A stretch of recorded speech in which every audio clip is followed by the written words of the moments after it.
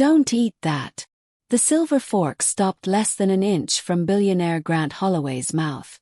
Across the breakfast table, his fiancée Vanessa Crowe froze beside a covered serving dish.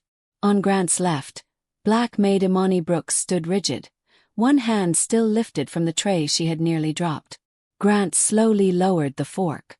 "Imani," he said, "what exactly are you saying?" Imani looked at the plate, then at Vanessa. "Sir, please don't take another bite." Vanessa's chair scraped hard against the marble floor. "How dare you interrupt him like that?" she snapped. "Who do you think you are?" Imani swallowed, but she did not step back. "Someone who saw that plate being changed." The dining room fell silent. Before we continue, subscribe and tell us what city and country you're watching from, because what this black maid noticed at breakfast was about to expose a plan no one inside Holloway Manor was prepared to believe. Grant Holloway was 44, a self-made billionaire who had built a medical technology empire from a single laboratory and years of refusing to quit. In business, he trusted numbers, contracts, and evidence. In his personal life, he trusted people, sometimes too much. Vanessa had entered his world 18 months earlier at a charity auction. She was elegant, polished, and knew how to make Grant feel understood. Within a year, she moved into Holloway Manor. 6 months later, she wore his ring. The staff adored Grant. They feared Vanessa. She criticized flower arrangements, dismissed drivers for being minutes late, and once made a housekeeper redo a guest wing because one pillow seam faced the wrong way. Imani endured her because she needed the job. 7 months earlier, Imani had lost her apartment after helping pay for her younger sister's college tuition. Holloway Manor offered stable work, good wages, and enough hours to recover. So she kept her head down. But she noticed everything. She noticed Vanessa dismissing the kitchen staff before preparing Grant's late-night tea herself. She noticed Vanessa asking the private nurse strangely specific questions about Grant's medication after his recent heart procedure. She noticed Dr. Elias Mercer, Grant's personal physician, visiting the manor on nights when no appointment appeared on the household schedule. And that morning she noticed something worse. At 7:52 a.m., Imani entered the service corridor. Through the half-open breakfast room door, she saw Vanessa standing alone beside Grant's place setting. Vanessa looked toward the hallway, then toward the kitchen. Then she removed a tiny glass vial from her handbag. Imani stopped walking. Vanessa tilted the vial over Grant's eggs. Few drops fell. Then she slipped the vial back into her purse and replaced the silver cover over the plate. Imani's first instinct was to confront her immediately. Her second stopped her. She said nothing. She waited. Now Grant was staring at the same plate. "Vanessa," he said carefully, "did you touch my breakfast?" Vanessa laughed. The sound was too quick. "Grant, this is ridiculous. She's angry because I corrected her yesterday." "That is not true," Imani said. Vanessa pointed at her. "See. Insolent. She has been looking for attention since the day she arrived." Grant's expression changed. Not because of the accusation. 'Cause Vanessa was talking too much. "What did you see?" he asked Imani. Vanessa cut in. "You're seriously going to believe a maid over your future wife?" Grant looked at her. "I asked her a question." Vanessa went quiet. Imani took a slow breath.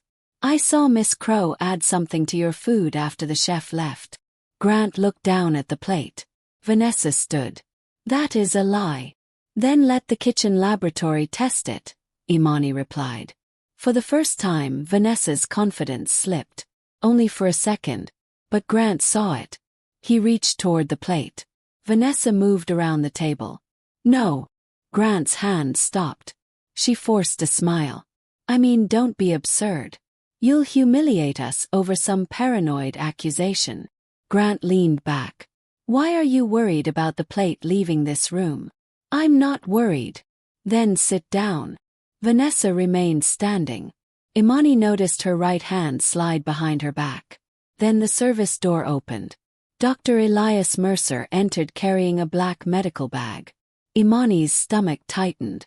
He was not scheduled to be there. Vanessa visibly relaxed. Grant noticed that too. "Doctor," he said. "Why are you here?" Mercer glanced at Vanessa. "I received a message that you were feeling unwell." Grant stared at him. "I sent no message." The doctor hesitated. Vanessa stepped forward. "I called him. You said you felt dizzy last night." "I said I was tired." "Same thing." "No," Grant replied. "It isn't." Mercer placed his bag on the table. "Mr. Holloway, perhaps I should check your blood pressure." Grant did not move. "First, I want this food tested." Mercer's eyes flicked toward the plate. That reaction confirmed Imani's fear. Vanessa reached for the dish. Imani moved first. She seized the tray and pulled it away. Vanessa's face twisted. "Give me that." She lunged. Grant stood so quickly his chair crashed backward. "Vanessa!" Everyone froze. The billionaire looked at his fiancée as if seeing a stranger. Imani held the plate tightly. Dr. Mercer began closing his medical bag. Grant noticed. "Doctor, you are not leaving." Mercer stopped. Grant pulled out his phone. "I'm calling security." Vanessa stepped toward him. "You don't need security." "I think I do." She reached for his phone. Grant backed away. That was when Imani saw something on Vanessa's wrist. Blue stain. The same deep blue ink used on labels inside the locked medicine cabinet upstairs. Imani remembered finding that cabinet open earlier. At the time, she assumed a nurse had forgotten to lock it. Now she knew better. "Sir," she said, "we need to check your medicine cabinet too." Vanessa turned toward her with hatred. "You should have kept your mouth shut." Grant heard every word. His voice became calm. "Vanessa, what did you put in my breakfast?" She stared at him. Then something unexpected happened. She smiled. "You still think breakfast is the problem?" Grant's face went blank. Vanessa looked at the grandfather clock near the windows. "Check the time." It was 8:17 a.m. A heavy crash echoed from upstairs. Then another. Grant turned toward the ceiling. Imani felt cold run through her.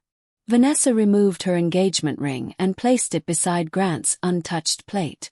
"What did you do?" he demanded. Vanessa's smile widened. Before she could answer, every light in Holloway Manor went out. The security system beeped once. Then the electronic locks clicked throughout the house. Dr. Mercer stepped backward toward the dark hallway. Grant grabbed his arm. "Nobody moves." Emergency lights flickered red across the dining room. Then Grant's phone displayed an alert from the vault upstairs. "Vault access granted." Grant stared at the screen. "That code belongs to me." Vanessa whispered. "Not anymore." Imani looked at the poisoned plate in her hands and finally understood. The meal was not meant to be the entire attack. It was meant to keep Grant weak while someone upstairs stole whatever Vanessa had truly come for. And whoever had just opened the billionaire's private vault was already inside the house. Grant released Dr. Mercer's arm and grabbed a flashlight from the sideboard. "Imani, stay here." "No, sir." His eyes cut toward her. "If Vanessa planned this," Imani said, holding the untouched plate, "she may have planned for you to go upstairs alone." Vanessa laughed from the red emergency glow. "Listen to your maid, Grant. She's smarter than your executives." Grant looked at her. "Security will be here in minutes." "No," Vanessa said. "Your system is offline. The gates are locked. The cameras are blind. Whoever is upstairs knows this house." Imani placed the plate inside a glass serving dome and locked it in the pantry refrigerator. "If anyone destroys that food," she said, "we lose evidence." Grant nodded. Then they moved into the hallway. Dr. Mercer followed reluctantly. Vanessa stayed behind until Grant turned. "You're coming too." Her smile disappeared. They climbed the staircase under dim emergency lights. Halfway up, Grant's phone buzzed again. Vault door open. Then another alert appeared. "Master file access." Grant stopped. "That vault doesn't just hold jewelry. What does it hold?" Imani asked. "Company succession papers." research files, foundation accounts, security contracts. Vanessa looked away. Imani saw it. So this was never just about poisoning him. Vanessa said nothing. Grant continued upstairs. At the end of the west corridor, his private study door stood open. Inside, drawers had been pulled out. Papers covered the floor. A painting hung crooked beside a concealed steel vault. The vault door was wide open. Grant rushed inside. A black case was missing from the top shelf. His face changed. What was in it? Imani asked. The Helix authorization keys. Dr. Mercer went pale. Imani noticed. What are Helix keys? They control access to an experimental medical database my company has spent 8 years building. Vanessa spoke. You always cared more about that project than anything else. Grant turned toward her. And now someone has the keys. A sound came from the adjoining dressing room. Imani raised one hand. Everyone stopped. A step. Walking calmly. A man stepped through the doorway carrying the missing black case. Grant's expression hardened. Damien Holloway, Grant's cousin and chief operating officer, looked amused. I was hoping you'd still be downstairs. Grant stared at him. Put the case down. Damien closed the dressing room door. You were never supposed to make it upstairs. Imani looked at Vanessa. For the first time she appeared afraid. You said Damien wasn't part of this, Vanessa whispered to Dr. Mercer. Mercer muttered. Plans changed. Grant heard him. You knew. Mercer backed toward the hallway. Damien lifted the case. Everyone knew something, Grant. That's what happens when one man owns every decision. You broke into my vault. You locked the company's most valuable asset behind your approval. Because Helix contains patient data. And because you're sentimental. Grant stepped forward. Damien pulled a compact pistol from his jacket. Imani moved between Grant and the weapon. Damien laughed. The maid. She saw Vanessa poison his food, Mercer said. Damien's smile vanished. He looked at Vanessa. You couldn't handle one breakfast. Vanessa snapped. He wasn't supposed to have a witness. Imani's eyes narrowed. Confession. Grant heard it too. His face went still. What exactly was supposed to happen to me? Vanessa looked at Damien. Damien answered. You were supposed to become confused during breakfast. Mercer would diagnose a medication reaction. By noon you'd be admitted privately. By evening your emergency proxy would activate. Grant looked at Vanessa. And you would control my shares. For 72 hours, she said. Damien laughed. She still thinks she was getting the company. Vanessa stared at him. What? You were the distraction. Her face drained. Once Grant was declared incapacitated, you would sign the transfer. Then Mercer would provide evidence that you administered the medication without authorization. Vanessa stepped backward. You said I would be protected. I said what you needed to hear. Imani watched the alliance collapse. Vanessa planned to betray Grant. Damien planned to betray Vanessa. Dr. Mercer had helped them both. Grant looked at Mercer. How long have you been altering my prescriptions? The doctor said nothing. Grant moved toward him. Damien raised the pistol. Enough questions. Imani glanced toward the floor. A broken picture frame lay near her shoe. Its glass reflected emergency light into Damien's eyes. He shifted one step. Damien noticed. Don't. Imani stopped. You think I'm scared of you? He asked. No. Then why are you shaking? Imani looked at her hand. She was shaking, but not from fear. She was holding Grant's phone. Before leaving the dining room, she had activated the voice recorder. Everything had been captured. Damien saw the screen. His expression changed. Give me the phone. Imani stepped back. He moved toward her. Grant grabbed a desk chair and shoved it into Damien's path.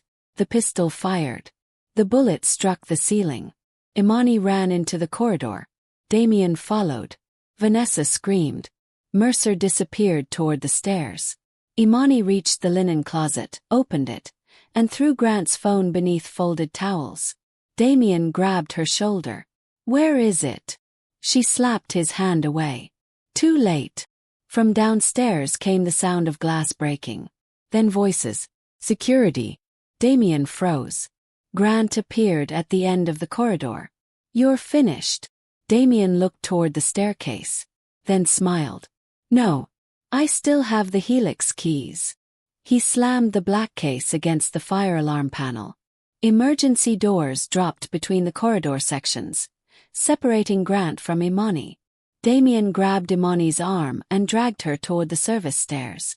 Grant hit the steel door. "Imani!" She twisted, but Damien held tighter. "Move!"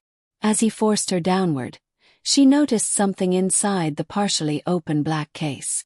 The helix keys were there, but beneath them was another file.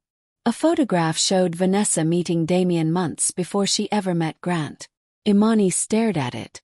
Vanessa had lied about how the conspiracy began. And if that photograph was real, Grant's engagement had been a setup from the very first day. Nothing had been accidental.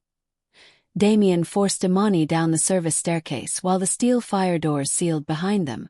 "Keep moving." Imani stumbled once, then recovered. Her shoulder hurt where he had grabbed her, but her mind stayed focused on the open black case in his other hand. The photograph inside showed Vanessa and Damien together months before Vanessa supposedly met Grant. That meant the engagement had never been real. It had been an operation. At the bottom of the stairs, Damien pushed open a maintenance corridor leading toward the underground garage. Imani slowed deliberately. "You used her." Damien glanced at her. Vanessa volunteered. She thought she was getting Grant's company. She thought many things. "And you?" "I wanted what should have been mine." Imani looked at him carefully. "You stayed close because you believed you deserved Grant's seat." Damien's jaw tightened. Anger made people careless. Back upstairs, Grant finally forced the emergency door open with help from security. Vanessa stood near the study, trembling. "Where did Damien take her?" Grant demanded. "I don't know." "Wrong answer." Vanessa stared at him. Grant stepped closer. "You brought these people into my home. You helped drug me. You helped them access my vault. Tell me everything." For once, Vanessa had no performance left. "The underground garage," she whispered. "There's a private tunnel beneath the east wing." Grant turned to security. "Seal every exit." Vanessa grabbed his sleeve. "If Damien still has the helix keys, he won't leave through the main gate." "Then where?" "The old research annex." Grant froze. Only family and senior executives knew the underground tunnel connected directly to it. Grant looked at her with disgust. "You planned this from the beginning." Vanessa lowered her eyes. In the tunnel, Damien shoved Imani through a metal door. A black SUV waited with its engine running. Dr. Mercer sat behind the wheel. "Imani, stop." "You!" Mercer looked terrified. "Get in," Damien ordered. Imani glanced toward the rear of the garage. A red light blinked above the exit. Security had sealed it. Damien saw it too. "Damn it!" Mercer gripped the wheel. "I told you we should have left earlier." "Shut up." Imani watched them unravel. Then she noticed a maintenance intercom on the wall. If she could reach it. Damien saw her eyes move. "Don't." She looked back at him. "You already lost." He laughed. "I have the keys. Have the data. And I have the maid who recorded everything. The phone isn't with me." "I know. Then why keep me?" Damien stepped closer. "Because Grant will trade anything for the person he thinks saved him." Imani stared at him. Grant trusted her. Maybe more than he should. A pounding sound echoed from the tunnel. "Security." Damien pulled Imani toward the SUV. "Drive." Mercer accelerated. The vehicle smashed through a wooden barrier and entered the old tunnel. Grant arrived seconds later. He saw the broken barrier. "Where does this lead?" Vanessa answered. The research annex. Grant took another vehicle.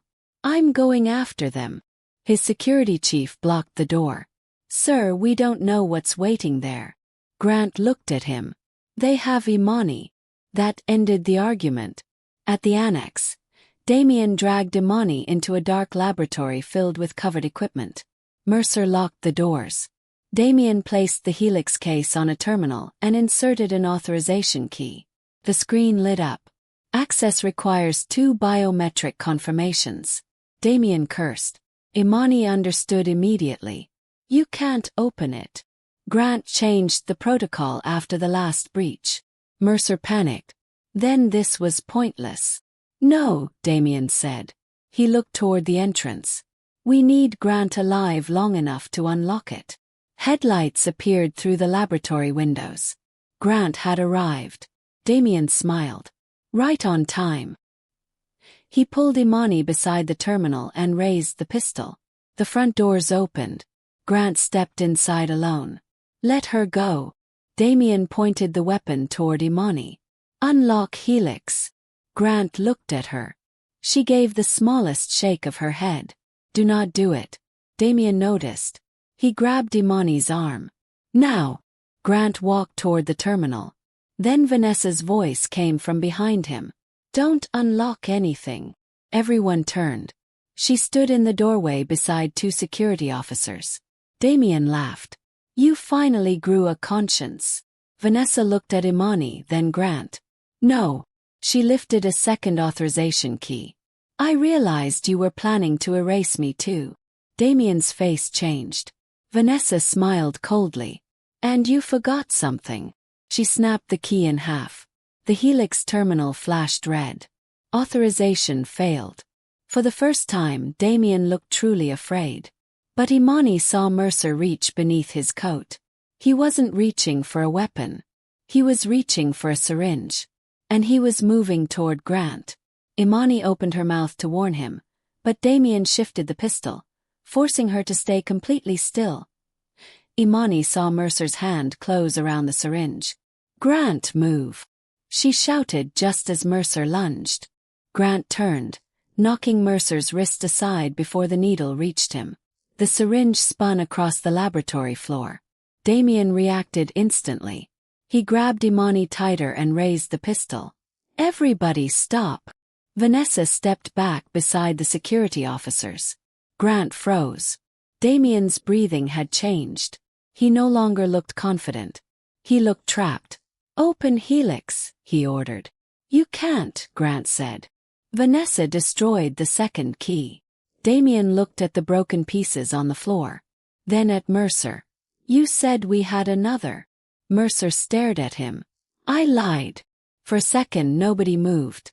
Then Mercer ran toward the rear exit. A security officer tackled him before he reached the door. Damien cursed and pulled Imani toward the terminal. You're coming with me. Imani looked down at his grip. Too high on her arm. Too much weight on his left foot. One opening. She drove her heel backward into his shin and twisted sharply. The pistol slipped from his hand. Grant kicked it beneath the terminal. Damien lunged for Imani again, but she stepped aside and used his momentum to send him crashing against the metal workstation. Security officers rushed forward. Within seconds, Damien was pinned to the floor and handcuffed. The room finally went quiet. Grant crossed to Imani. Are you hurt? I'm fine. He looked at her for a long moment. No. You're exhausted. She almost smiled. Vanessa stood near the doorway, staring at the broken authorization key in her hand. Grant turned toward her. You helped save Helix. Vanessa's eyes lifted. Does that change anything? No. Her face fell. You poisoned my food. You planned to steal my company. You framed Imani before she ever knew what was happening. Vanessa looked toward Imani. For the first time, there was no arrogance in her expression, only defeat. Police arrived shortly afterward. Damien, Mercer, and Vanessa were all arrested. The untouched breakfast plate was tested, confirming that a powerful sedative had been added to Grant's food. Records from Mercer's office revealed months of altered prescriptions, while Vanessa's messages proved she had helped plan Grant's staged medical collapse. The recorded confession on Grant's phone tied the entire conspiracy together. Weeks later, Holloway Manor felt different. Vanessa's rooms were empty. Mercer's access to the estate had been erased. Damien's name disappeared from the company directory. Grant asked Imani to meet him in the library. A folder waited on the table. She opened it. Director of Household Security and Internal Oversight. Imani looked up. "Sir, I'm a maid." "You were a maid," Grant said. "You were also the only person in this house who noticed what everyone else ignored." She closed the folder. "I don't want a position because you feel guilty." "I don't." He smiled slightly. "I want you there because I trust your judgment." Imani accepted. Months later, during breakfast, Grant paused before taking his first bite. Imani noticed. "So now you inspect every plate. Only when you're not in the room." She laughed. Grant did too. The table where his life had nearly ended had become the place where he finally understood something simple.